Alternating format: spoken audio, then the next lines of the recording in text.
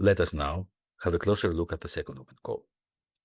It opened on the 6th of June 2026 and will close on the 7th of August 2026.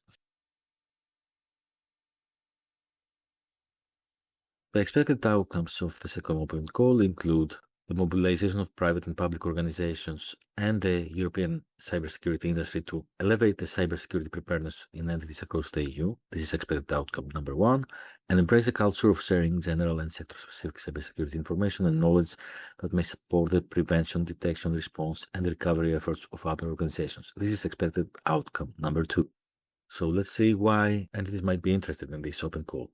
Cybersecurity service recipients get to elevate their own cybersecurity preparedness, gain access to the EUDOROS consortium experts and tools, and receive EU financial support as cascade funding from EUDOROS towards activities that will benefit them in the long run. Cybersecurity service providers get to collaborate with the EUDOROS consortium experts, get a chance to use EUDOROS tools and compare them with alternatives, including tools that they may be using in their everyday cybersecurity practice. And if they have new products and services that they want to pilot, they get a chance to do so in the context of a project that involves also potential customers. On top of that, they receive EU financial support for their activities. There are two kinds of cybersecurity services recipients. Those that we call priority CSRs, these are medium or large entities, and central government organizations irrespective of their size. These are the entities that we expect will have the higher impact if we manage to protect their cybersecurity. Then we have other cybersecurity services recipients, which includes any other organization. Basically, small and micro CSRs, including startups, can be classified as other CSRs. Cybersecurity services providers can be startups or established providers. They can be universities and research institutes. We are quite open to welcoming all cybersecurity services providers. Consortia of 2 to 5 entities may apply to this open call.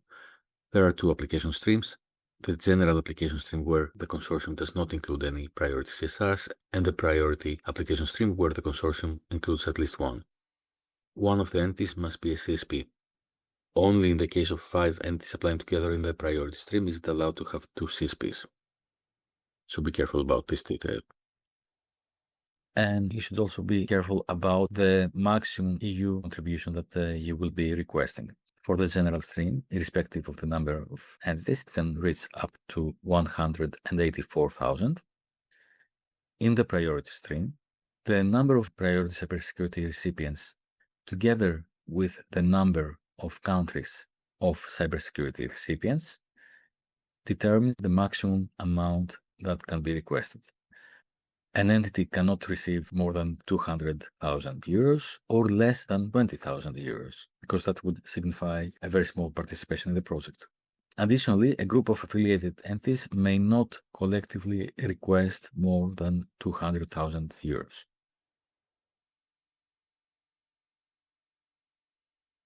The selected entities will have to go through 3 phases of implementation after we sign all agreements and so on and so forth. The first one will be to plan the rest of the project, then to receive consultancy training services from ourselves and perhaps other cybersecurity services providers, calculate indicators that allow us to estimate the improvement that was produced as a result of the project, and provide feedback about the services that they have received. We will, broadly speaking, provide 5 services.